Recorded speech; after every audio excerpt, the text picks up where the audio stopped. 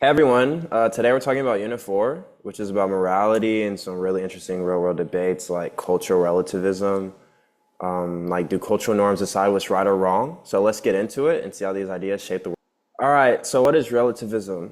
What's that all about? It's the idea that what's right or wrong depends on the culture you're in. If a culture approves of something, it's right for them. It sounds easy, but here's the catch. This means things like slavery could have been okay when cultures accepted it. That's why people argue against relativism. They believe some things are just wrong, no matter what the culture says. Now here, right here, is where things get complicated. Relativism sounds great because it's about tolerance, like live and let live. But what happens when cultural practices clash? Think about stuff like female genital cutting or arranged marriages. Should we just accept these as cultural differences, or is it okay to judge them? Critics of relativism say we need universal rules to deal with issues like human rights. And if we can't say some things are universally wrong, how do we stand up against injustice? Let's mention these two examples, but let's talk about these two examples more in depth. So genital cutting. Some see it as a harmful tradition that violates human rights, while others call it an important cultural ritual. Relativists might say, if it works for their culture, who are we to judge?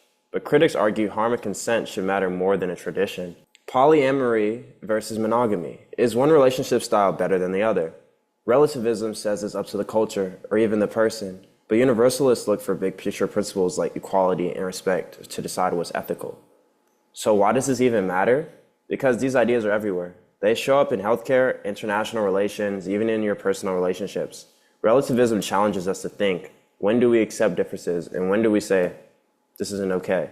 It's about finding a balance between understanding people and standing up for what's right. Think about it and you want to speak to me? So let's talk about subjectivism.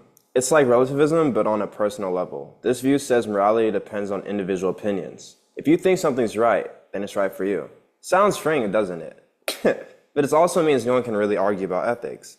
Like if one person says lying is fine, and another says it's wrong, who's correct? Critics say this can lead to chaos because there's no shared standards for what's right or wrong. Ethics often revolves around harm and consent.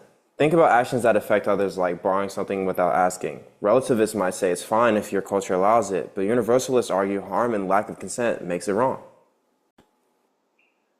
For example, harm caused by environmental exploitation or unsafe working conditions shows how global ethics need to address harm and fairness, not just cultural norms.